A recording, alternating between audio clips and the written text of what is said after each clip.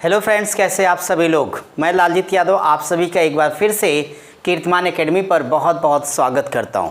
और फ्रेंड्स, उम्मीद करता हूं कि आप सारे लोग अच्छे होंगे और पढ़ाई कर रहे होंगे।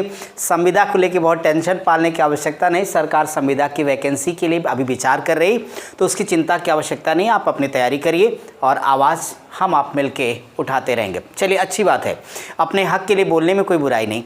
फ्रेंड्स, अगर बात करता हूं अपनी क्लास में, हम लोगों ने शुरू क्या किया, क्षेत्र मिति यानी मेंसुरेशन शुरू किया है। और मेंसुरेशन की एक क्लास अभी हमने आपको पढ़ाई है और उसमें हमने कुछ बेसिक बातें आपको समझा दिया। ठीक है, चलिए सबसे पहले हम लोग बेसिक बातों को ही कंप्लीट करेंगे, तब जाकर के हम क्वेश्चन सॉल्व करेंगे। हमने आपको वो सारी बात बता दी कि हमारी इस टॉपिक को पढ़ाने की रणनीति क्या होगी। इस नाते चर्चा उस पर करने की बजाय सीधे हम आ जाते हैं अपने टॉपिक पर और सबसे पहले बेसिक बातें हम आपके लिए कंप्लीट कर लेंगे, फिर सवाल जवाब का दौर शुरू करेंगे। एग्री है सब लोग? ओके फ्रेंड्स, चलिए शुरुआत करते हैं। तो सबसे पहले कॉपी पेन निकाल लीजिए और वहाँ क्षेत्रफल तथा परिमाप, एरिया एंड पेरीमीटर, आज हम पार्ट 2 यानी सेकेंड क्लास पर चर्चा करेंगे। तो सेकेंड क्लास पे जो हम डिस्कस करने जा रहे हैं, ज़रा अच्छे से यहाँ अपनी कॉपी पे लिखिए चतुर्भुज यानी ये क्वेड्रिलेटरल क्या है, थोड़ा इसके बारे में चर्चा करते हैं। क्वेड्रिलेटरल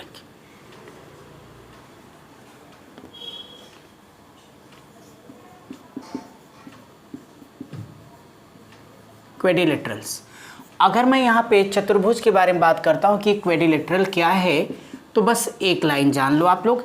यहाँ मैं सिंपल सी डिफिनीशन इसकी लिख देता हूँ, आप मेरे साथ लिख सकते हो। 4 सरल रेखाओं से घिरी आकृति। ठीक है, तो 4 सरल रेखाओं से घिरी आकृति को ही क्या कहा जाएगा, क्वेड्रिलेटरल।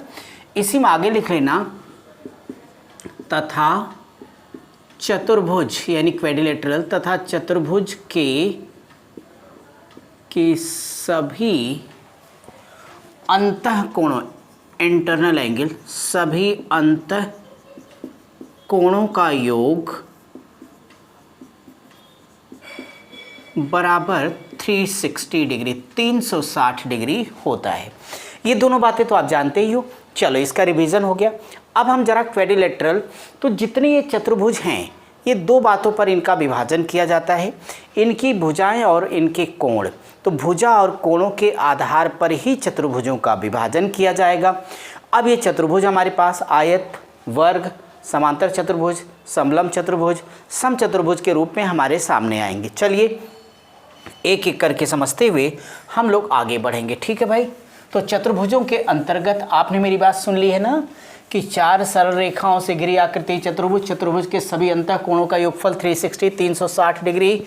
और इन चतुर्भुज के लिए इनकी जो भुजा और कोण है, इसी के आधार पर चतुर्भुजों के अलग अलग नामकरण किए जाते हैं। उनमें से सबसे पहला नाम हम आपके लिए यहाँ पर लिखने चल रहे हैं, आयत। चलिए हेडिंग लीजिए, आयत, रेक्टेंगल।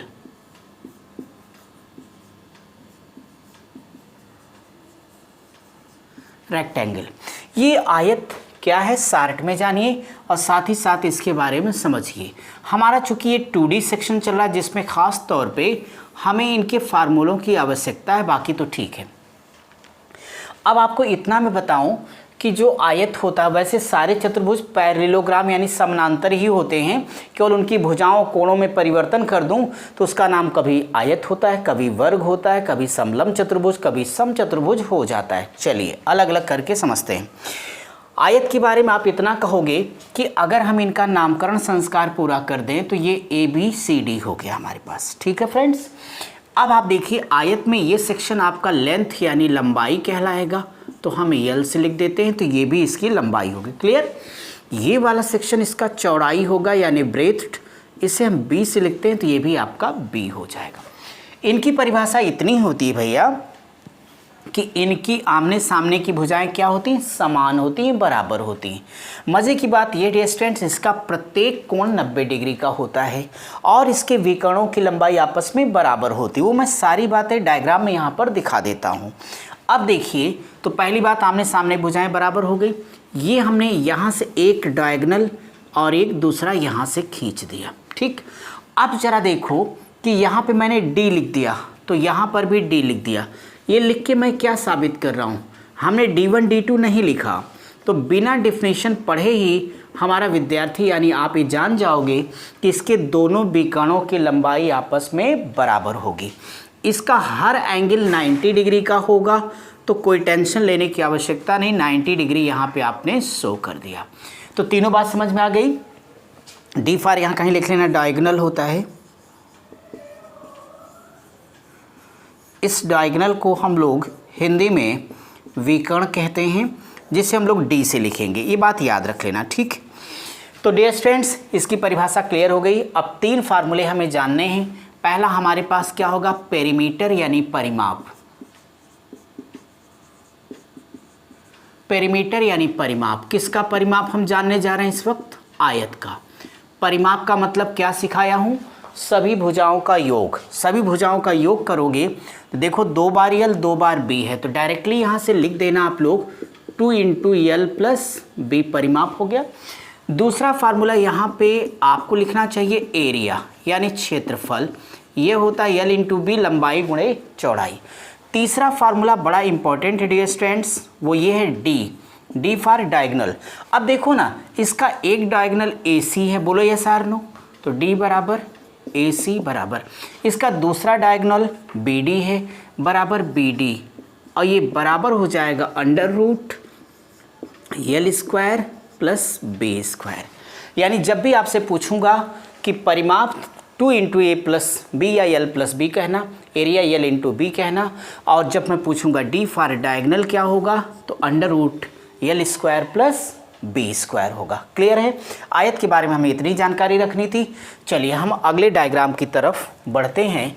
आयत के बाद आप अपनी कॉपी पर हेडिंग दीजिएगा स्क्वायर, यानी ये वर्ग क्या होता है, जरा वर्ग के बारे में समझिए। इसके बारे में बहुत बारीक बातें, डिटेल में बातें हम लोग किस चैप्टर में करेंगे, ज्योमेट्री में। चूंकि उनकी यहाँ आवश्यकता भी तो नहीं है, चूंकि हमारा यहाँ पे एरिया पेरीमीटर टॉपिक है, तो जाहिर तौर पर हम इसके इर्द गिर्द ही चलते रहेंगे।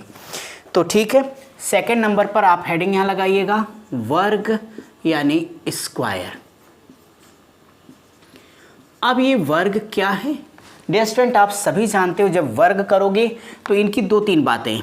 पहली बात, इनकी चारों भुजाएं समान होती हैं, तो चारों भुजाएं इनकी बराबर होंगी, पहली बात।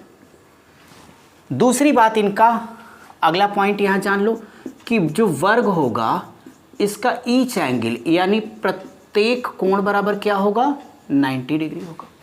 तीसरी बात डियर स्टूडेंट्स ये होगा कि जो इनका विकर्ण है, तो विकर्ण या यूं कह दो विकर्णों की लंबाई, तो विकर्णों की लंबाई बराबर, तो विकर्णों की लंबाई बराबर तथा 90 डिग्री पर एक दूसरे को ये समद्विभाजित करेंगे, समद्विभाजित करते हैं। क्लियर, यहाँ तक आप सबको कोई डाउट तो नहीं मेरे भैया, अच्छे से समझ लो फिर दिक्कत नहीं रहेगी। डेफिनेशन हो गई शार्ट में। अब यहाँ पे एक ऐसा डायग्राम बनाइएगा जिसकी सारी की सारी भुजाएं आपस में इक्वल नज़र आएँ, ये ज़रा ध्यान रखिएगा। ये हमने आपके लिए बना दिया। चलो इनका नामकरण संस्कार कर लिया जाए, A B C और D। अगर इसकी ये साइड है, साइड मतलब भुजा, तो ये अगर ये है तो ये भी ये होगा, ये भी, यानी इसकी सभी साइड्स क्या होती हैं, इक्वल होंगी, मिड से डिवाइड भी हो जाएंगे। डियर स्टूडेंट्स, इसके डायगोनल अगर ये D है तो बड़े ताव से ये भी क्या होगा, D होगा, तो इसके विकर्णों की लंबाई आपस में बराबर होगी। लेकिन मज़े की बात है कि ये एक दूसरे को 90 डिग्री पर डिवाइड करते हैं, ये एक छोटा सा पॉइंट आप लोग ध्यान में रखिएगा। जबकि आप देखिए पीछे जब हम आयत पढ़ रहे थे तो 90 डिग्री पे नहीं विभाजित कर रहा था, विकर्णों की लंबाई उसकी भी बराबर थी। साथ ही साथ इसका जो प्रत्येक एंगल वो भी कितने का हो जाएगा, 90 डिग्री का हो जाएगा। तो टेंशन लेने की आवश्यकता नहीं, ये तो वर्ग की बात हो गई। फिर वही बात, यहाँ पहला हम लोग निकाल देंगे पेरीमीटर यानी परिमाप। तो वर्ग का परिमाप क्या होगा, चारों भुजाएं 4 बार A जोड़ोगे तो 4A, तो यहाँ लिख देना 4 × A, 4 गुणे भुजा। दूसरा इसका एरिया निकालना हमको, तो जो इसका एरिया होगा डियर स्टूडेंट्स वो क्या होगा, भुजा का वर्ग यानी ए स्क्वायर हो जाएगा। तीसरा आप सभी को इसका डी निकालना है, तो यहाँ पर भी डी बराबर क्या लिखोगे, ए सी। अब बराबर क्या लिखोगे बोलो भैया, बी डी। तो ए सी बराबर बी डी बराबर ये होता है √2 इंटू ए, यानी √2 इंटू भुजा। या कभी ऐसा भी हो सकता है कि d बराबर √2 इंटू एरिया हो जाए, यानी कोई ऐसा भी प्रश्न हो सकेगा कि जिसमें हमें क्षेत्रफल पता होगा, उस केस में डायगोनल निकालने का हमारा ये फार्मूला रहेगा। ठीक है यहाँ तक, चलिए भाई इसे फटाफट कंप्लीट कीजिए, मैं आपको अगली बातें सिखाऊंगा। अब अगला हमारा जो आएगा क्वेड्रिलेटरल, उसका नाम है पैरेललोग्राम। तो पैरेललोग्राम या समांतर या समानांतर चतुर्भुज, ये क्या होगा, चलिए ज़रा इसके बारे में बातें कर लिया जाए। अब अगर हमने यहाँ पे लिख दिया समांतर चतुर्भुज, अगला हमारे पास आ गया, तो यहाँ लिखिए समांतर या समानांतर चतुर्भुज। ठीक है,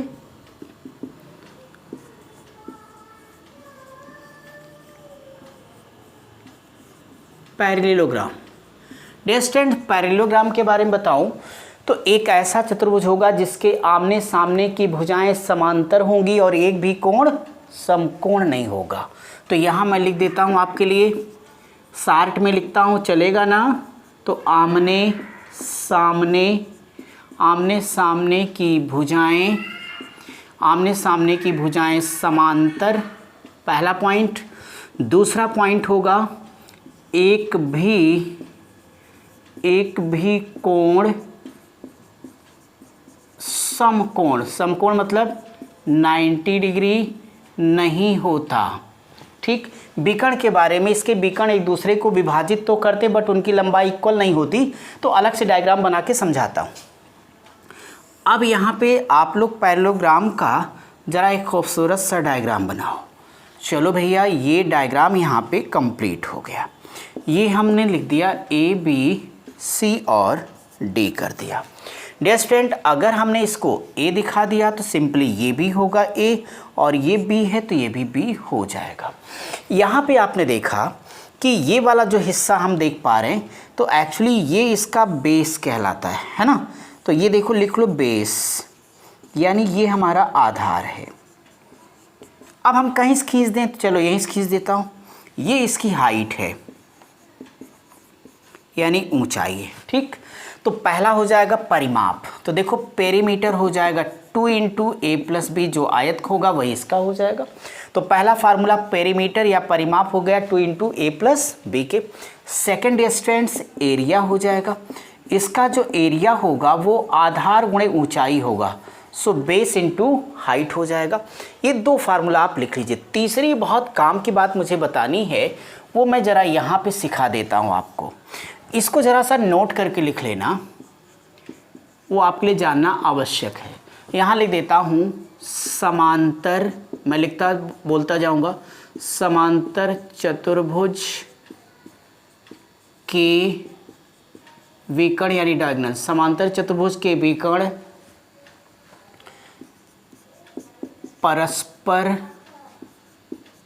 परस्पर समद्विभाजित।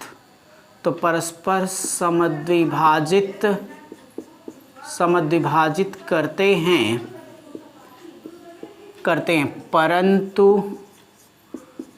परंतु विकर्णों की लंबाई बराबर नहीं होती। बहुत काम का है। इसी की बेस पर सवाल कई बार है। एक बात तो यूपीएसआई में बड़ा मस्त सवाल आ गया था कि अच्छे लोगों को दिक्कत हो गई, क्योंकि नॉर्मली इसके विकर्ण का फार्मूला लोग ध्यान में ही नहीं रखते। अपने सीजीएल में भी कई बार सवाल आए, तो देखो कि वो क्या होगा। तो एक बार फिर से यहाँ पे डियर स्टूडेंट्स एक छोटा सा डायग्राम ड्रॉ कर लेते हैं ताकि हमारा काम हो जाए। यहाँ पे मैं सिर्फ डायगोनल के बारे में बता रहा हूँ, इस नाते उतनी ही बात करूँगा। ए बी सी डी मैंने लिख दिया, ठीक है। ये इसका डायगोनल कर दिया, और ये दूसरा, इसको डी लिखा, इसको डी लिखा, नहीं गलत, इसको D1 इसको D2 करो, चूँकि इस बार ये चेंज हो गया है। क्योंकि समद्विभाजित तो किया बट इनके विकर्णों की जो लंबाई है वो डिफरेंट होगी। अब हो सकता है कि 10 मीटर हो, ये आपका 7 ही मीटर हो, संभव है। अगर ऐसा केस आएगा तो ये जो फार्मूला बता रहा हूँ ये जरूर याद रखिएगा, बड़े काम का है। तो इस केस में होगा d1 स्क्वायर और प्लस d2 स्क्वायर बराबर 2 इंटू ए स्क्वायर प्लस बी स्क्वायर। ये होता है समानांतर चतुर्भुज के विकर्ण को ज्ञात करने का फार्मूला। अब चाहे जो होगा, चाहे d1 पूछे, d2 पूछे, a पूछे, b पूछे, कोई भी 4 चीज़ें अगर अननोन राशियां हैं और भाई 4 में से अगर 3 पता होगी तो चौथी चाहे जो रहेगी हम निकाल सकते हैं ना, बोलो हाँ, तो ठीक है। चलिए इसे फटाफट आप नोट करिए, मैं आपको आपकी अगली बात सिखाने जा रहा हूँ। और बस इन बेसिक पॉइंट्स को अच्छे से तैयार रखिएगा, कोई आलस्य मत करना भाई, ठीक है। ये आपके जो बेसिक पॉइंट है ना, यही आपके टफ सवालों में आपकी हेल्प करते हैं। छोटे सवाल तो नॉर्मल वे में देख के भी आप आराम से सॉल्व कर लेते हैं, यार ये ठीक है, ऐसा है तो ऐसे ही होगा। तो अगला जो हम चतुर्भुज अब डिस्कस करने वाले हैं आपसे वो होगा रोम्बस यानी समचतुर्भुज। अब ये समचतुर्भुज या विषम कोण समचतुर्भुज क्या होता है ये ज़रा बात यहाँ पे मैं कर देता हूँ आपसे। तो आप लिखिएगा समचतुर्भुज, ये समचतुर्भुज लिखें, रोम्बस। ये रोम्बस क्या है बता दूं कि देखो इसकी विशेषता यहाँ पे लिख लेना कि सभी भुजाएं इसकी भी बराबर होंगी, तो सभी भुजाएं बराबर होती, पहली बात सभी भुजाएं बराबर। दूसरी बात एक भी कोण समकोण यानी 90 डिग्री नहीं होता, उसे ही कहा जाता है रोम्बस यानी समचतुर्भुज। अब मैं आप सबों के लिए एक यहाँ पे डायग्राम बना देता हूँ, ऐसी कोशिश करना कि इसकी सभी साइड्स इक्वल नज़र आनी चाहिए। मैंने तो कोशिश कर दी। चलो ए बी सी और डी। डियर स्टूडेंट, अगर इसकी साइड यह ए है तो ये भी ए होगी, ये भी ए होगी, ये भी, सभी भुजाएं बराबर होंगी। इसका एक भी एंगल क्या होना है, 90 डिग्री का नहीं होना है, ये बात क्लियर है। तीसरी बात ये थी कि जो इसके विकर्ण हैं वो एक दूसरे को समद्विभाजित करेंगे बट 90 डिग्री पर करते हैं, ये बड़ी मज़ेदार घटना घटती है। तो यहाँ पे हमने इसका विकर्ण डाल दिया और इसके जो विकर्ण है वो एक दूसरे को 90 डिग्री पर डिवाइड करते हैं। तो डियर स्टूडेंट्स, अब चलो मैंने ये मान लिया कि इसका ये डायगोनल D1 है और इसको हमने D2 लिख दिया। ओके, अब देखिए कि आपको यहाँ पे क्या करना, परिमाप, तो चिंता की तो कोई बात नहीं है। यहाँ पे भी जो आपका परिमाप होने वाला है 4 इंटू ए ही रहेगा। सेकंड महत्वपूर्ण बात हमारे पास आती है एरिया की। इसका एरिया बहुत काम का है, ये होता है 1/2 into D1 into D2। D1 D2 क्या है, क्लियर है ना सबको? क्या इसी को लिख सकते हो कि इसका जो क्षेत्रफल है वह होगा 1/2 गुणे क्या, विकर्णों का गुणनफल, मल्टीप्लिकेशन ऑफ डायगोनल। तो विकर्णों का गुणनफल आप इसे ही लिखिएगा 1/2 D1 इंटू D2। कोई दिक्कत तो नहीं किसी को? तीसरा बहुत काम का पॉइंट डियर स्टूडेंट्स लिखना है कि अगर वो रोम्बस है तो उस केस में यहाँ मैं तीसरा पॉइंट मेंशन कर देता हूँ, चलो इसी के लिए है ना। तीसरा पॉइंट ये होगा कि इसके विकर्ण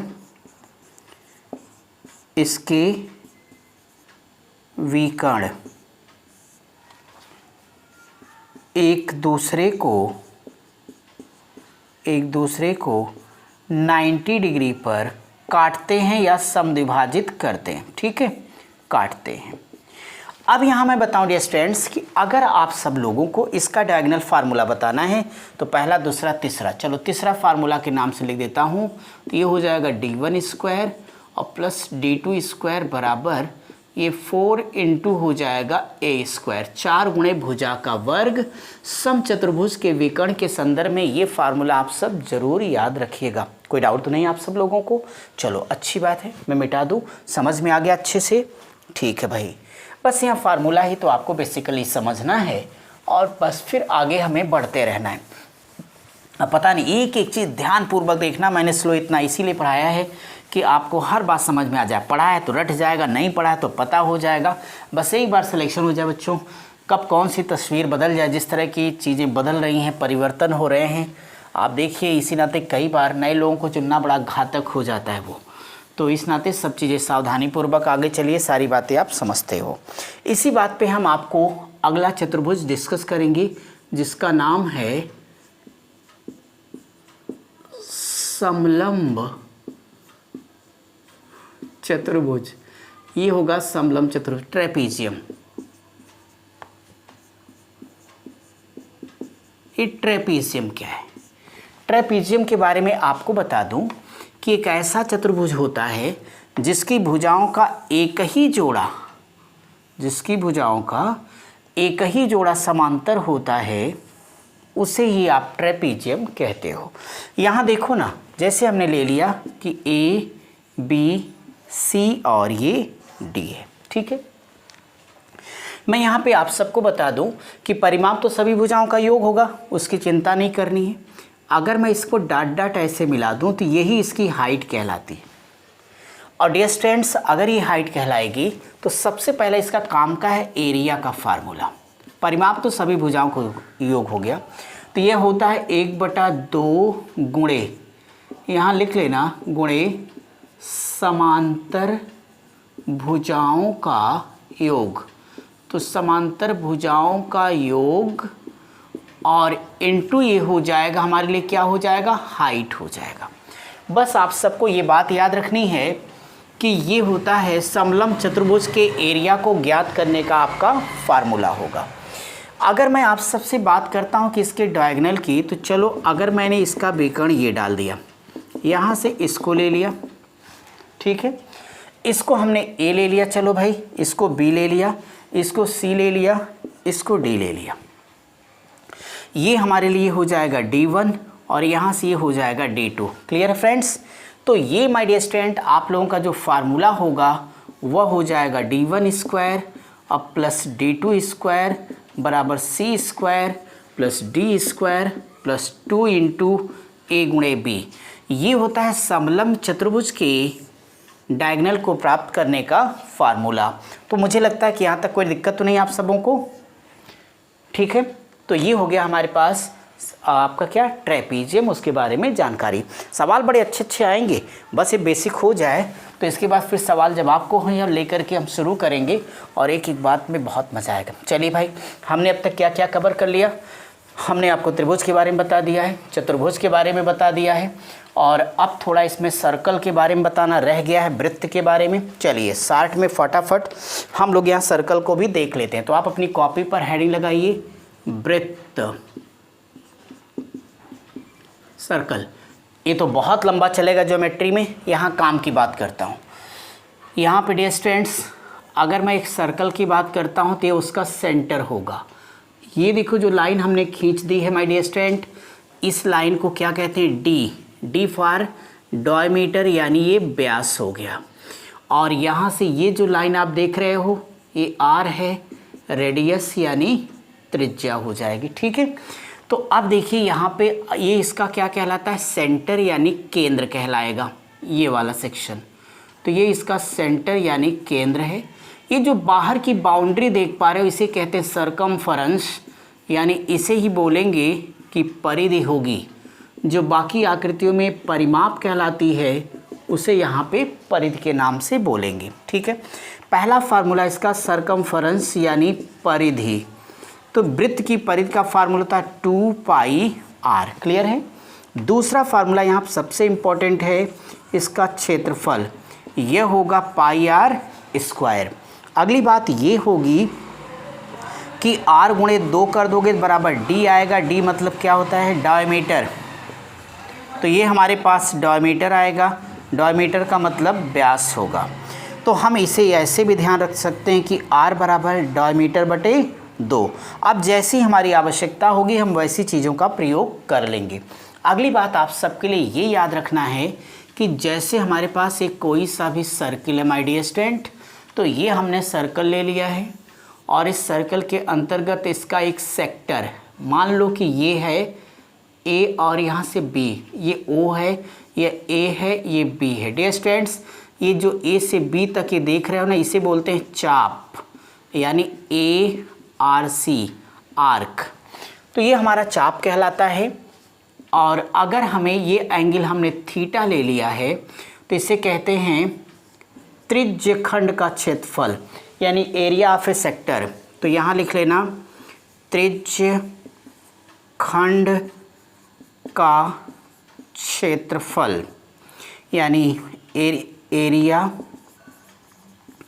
ऑफ अ सेक्टर।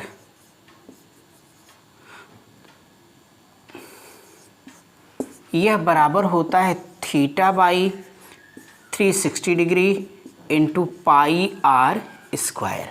तो आप लोग इसे मत भूलिएगा, ये आप याद रखना। तो 2-3 चीज़ें आपको याद रखने की हो गई, एक तो परिधि का फार्मूला, एक एरिया का फार्मूला, और एक कहीं अगर आपसे सेक्टर पूछ रहा है, यानी ये वाला सेक्शन, इसको निकालना है तो आप कैसे निकालोगे, ये बातें हमने यहाँ पे कंप्लीट कर दी हैं। ठीक है भाई, चलिए 2 सेकंड के लिए हम लोग थोड़ा आगे बढ़ेंगे। अगली हेडिंग दे दीजिएगा, सेमी सर्किल या अर्धवृत्त। अब ये अर्धवृत्त क्या होगा, यहाँ पर थोड़ी सी बात करेंगे हम आपसे। बस कॉपी पर हेडिंग लगा दो, अर्धवृत्त। अगर हमने यहाँ पे अर्धवृत्त या सेमी सर्किल की बात कर दी तो मैं आपको इतनी सी बात बता दूं कि चलो भाई अर्धवृत्त के बारे में भी बातें हो जाए, बातें तो ज़रूरी होती हैं। ये हो गया आपका डी फॉर डायमीटर हो गया, टेंशन नहीं। ये आपकी आर फॉर रेडियस है, ये आप सभी को पता है।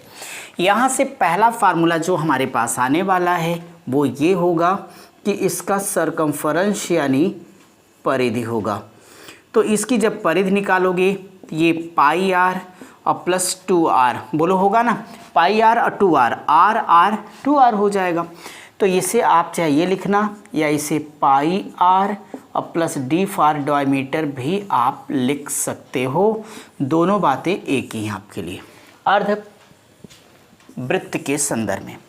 अब इसी अर्धवृत्त का अगर आप सबको एरिया बताना है, क्षेत्रफल, तो वो होगा पाई आर स्क्वायर बटे कितने के, 2 के। कोई दिक्कत तो नहीं आप सबको। चलिए भाई, यहाँ तक का काम हमारा कंप्लीट हो गया है। अब हम थोड़ी सी आगे बढ़ेंगे, यानी जितनी बेसिक बातें थीं वो हमने आपको यहाँ तक समझा ली हैं। ये बातें आप लोग अच्छे से समझना। तो आपको पता है ना, आपका 3-4 सेक्शन में बटा है। पहला हम आपको परसेंटेज के बेस पर क्वेश्चन कराएंगे, फिर फार्मूलों के बेस पर क्वेश्चन कराएंगे, फिर जितने टफ लेवल के। तो पहले सेक्शन में हमें बेसिक बताना था, वो हमने यहाँ पे बता लिया है चैप्टर भर का। फिर हम आपके लिए आगे बढ़ेंगे। चलिए एक सवाल की बोहनी कर लेते हैं, बाकी आप इसको अच्छे से रिवाइज किए रहिएगा, ताकि जब कल की क्लास चले तो धुआंधार तरीके से सिर्फ हम सवालों की प्रैक्टिस करें और आप सब लोग मज़े से एक एक सवाल को लगाते हुए आगे बढ़िए। ठीक है, पार्ट 1। तो यहाँ पर हेडिंग दे दो, प्रतिशतता पर आधारित प्रश्न। तो प्रतिशतता पर आधारित प्रश्न, क्वेश्चन बेस्ड ऑन परसेंटेज, प्रतिशतता पर आधारित प्रश्न।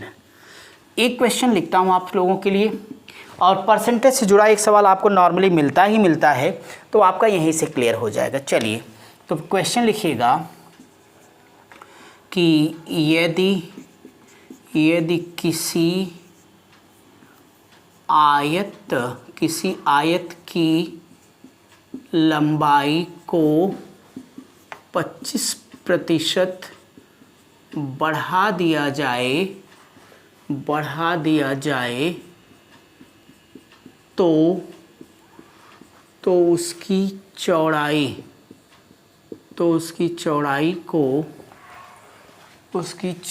को कितना प्रतिशत